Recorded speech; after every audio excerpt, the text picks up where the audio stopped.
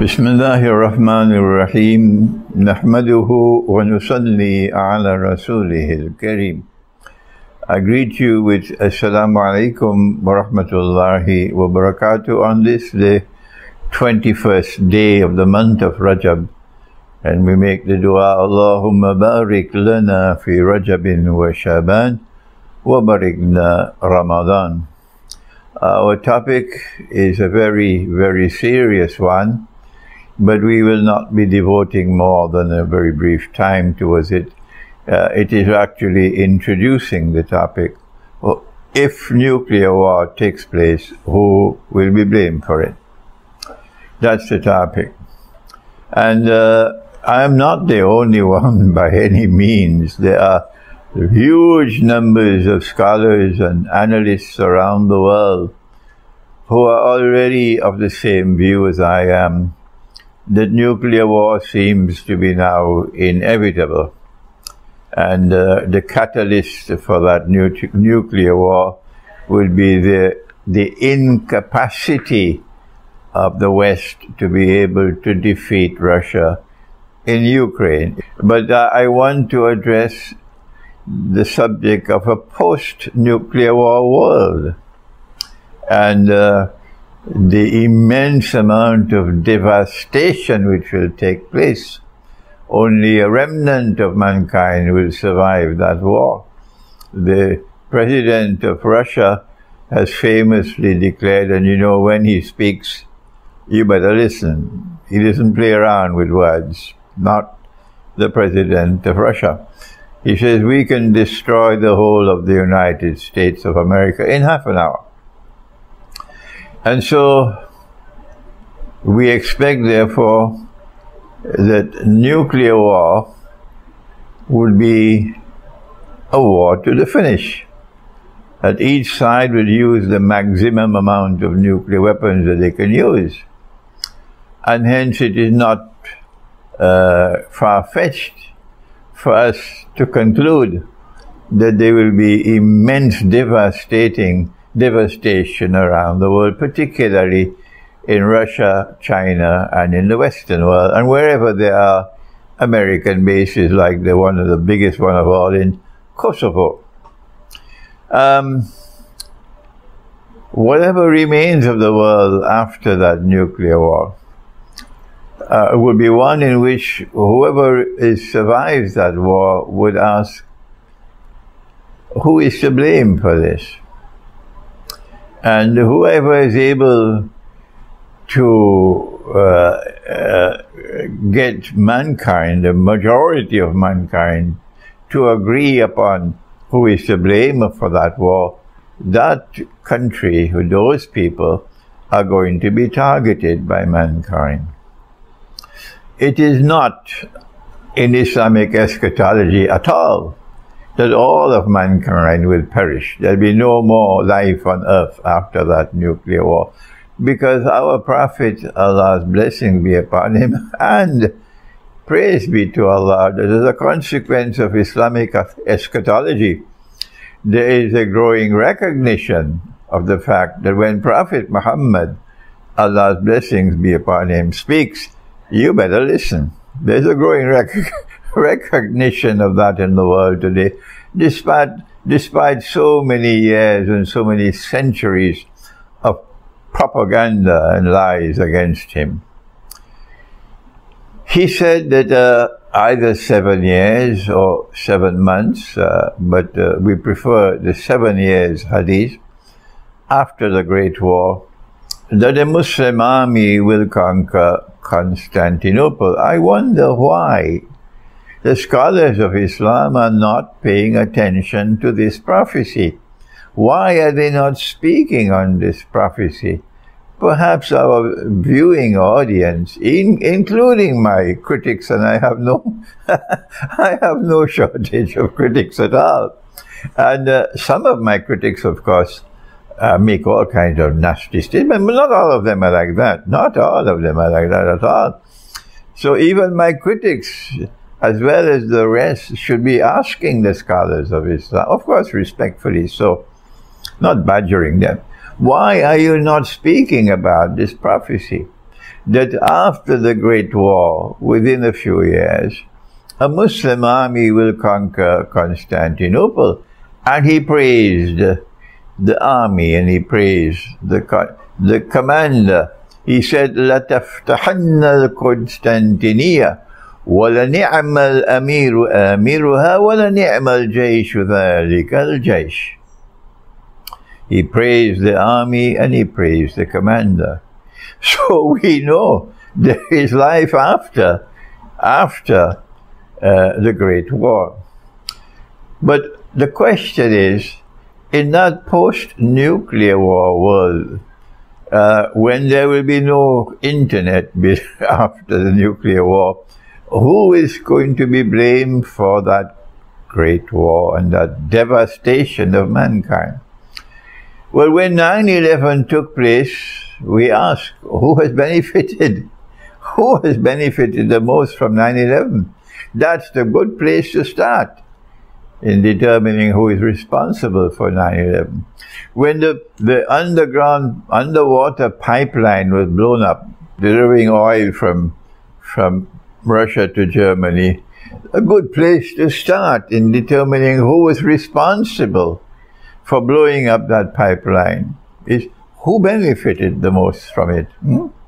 And every European should ask that question, because Europe is in difficulties now, and this year will be even worse than last year for Europe. Yes, from now until winter. This is still winter. From now until next winter, Europe is going to be increasingly facing difficulties.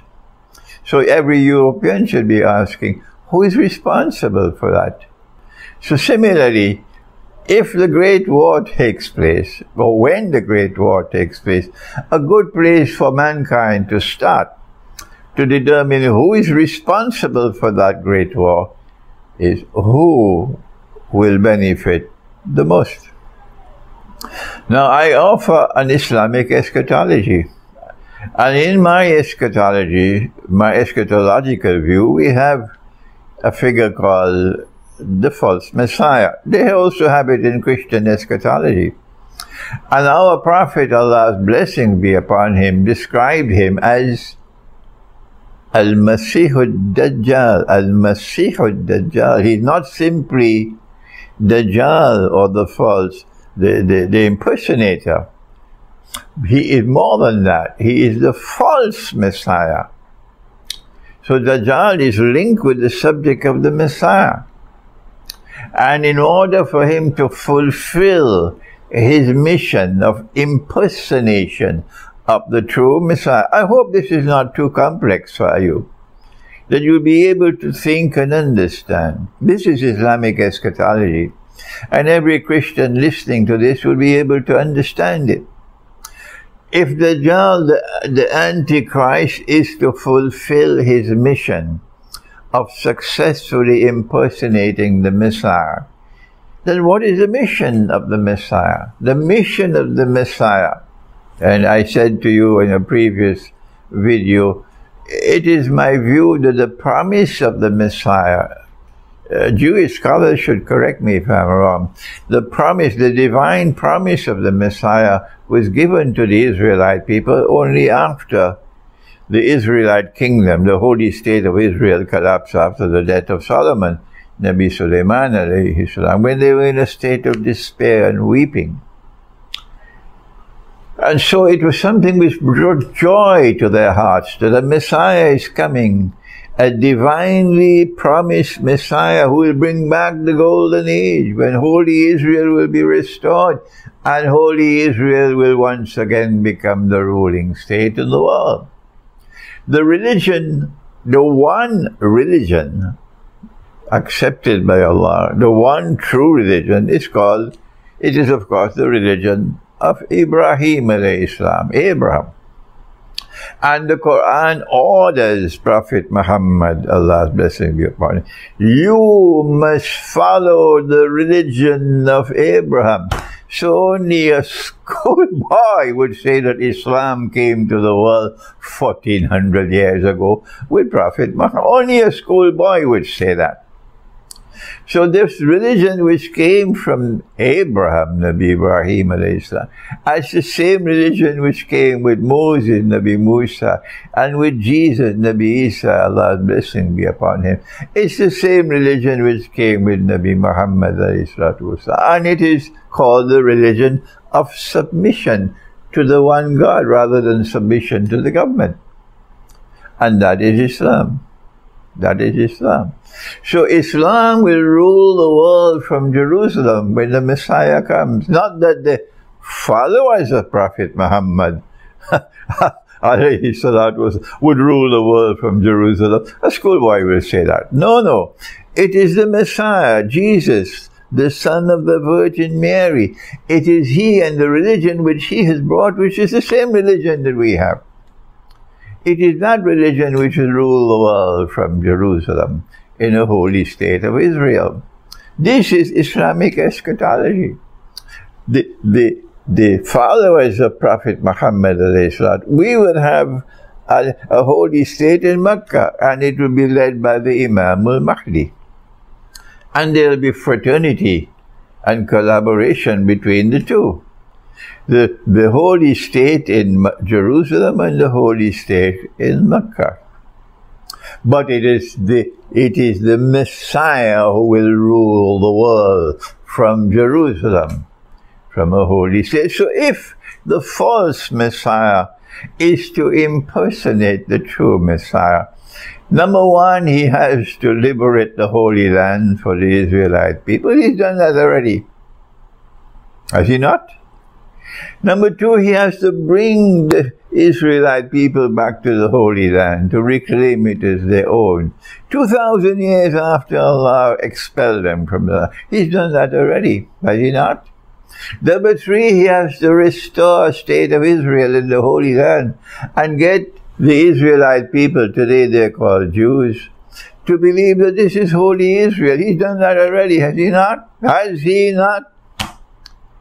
And then finally, he has to take that Israel and make it the ruling state in the world. That is still to come. And therefore he gave us Pax Britannica, and then Pax Americana, and then a Pax Judaica to complete his mission with Israel ruling the world. If Israel is to rule the world, and I'm not the only one saying that, then modern Western civilization and Russia and China, you have to get them to fight with each other, to mutually destroy each other. That's the plan. That's the plan. So when nuclear war takes place, then when mankind sees what we are saying is going to happen, we see a state of Israel attempting to replace the United States of America as the next ruling state in the world. This is nothing new. This is in my book, Jerusalem in the Quran, written more than 20 years ago. 20 years ago. From the time you see the evidence, I hope they're listening to me in Israel. From the time the world sees, or the remnant of the world sees the evidence that a Pax Judaica is coming to replace Pax Americana, and Israel is poised to assume position as the ruling state in the world, taking first of all control over money, with one central bank ruling the one currency that all of mankind will have, and of course that will be in Israel. Then it will not be difficult for mankind to come to the conclusion they are the ones responsible for the Great War. I don't have to provide the evidence who pulled the trigger, who did this and who did that. Who is benefiting from the Great War? So I want to end this brief video, which introduces a new subject now, which I have not discussed in the past. The great likelihood that in a post-nuclear world, mankind will eventually blame the State of Israel and the Zionist movement around the world, blame them for the nuclear war. If I am wrong, if evidence of this never materializes, then I'm wrong. Yes, I'm wrong. And I'll accept if I'm still alive, I'm wrong. But if the evidence does emerge, and I'm right, then it'll confirm the truth, which came with the Quran and with Prophet Muhammad. Allah's blessing be upon him. Thank you. Wassalamu alaikum wa rahmatullahi wa barakatuh.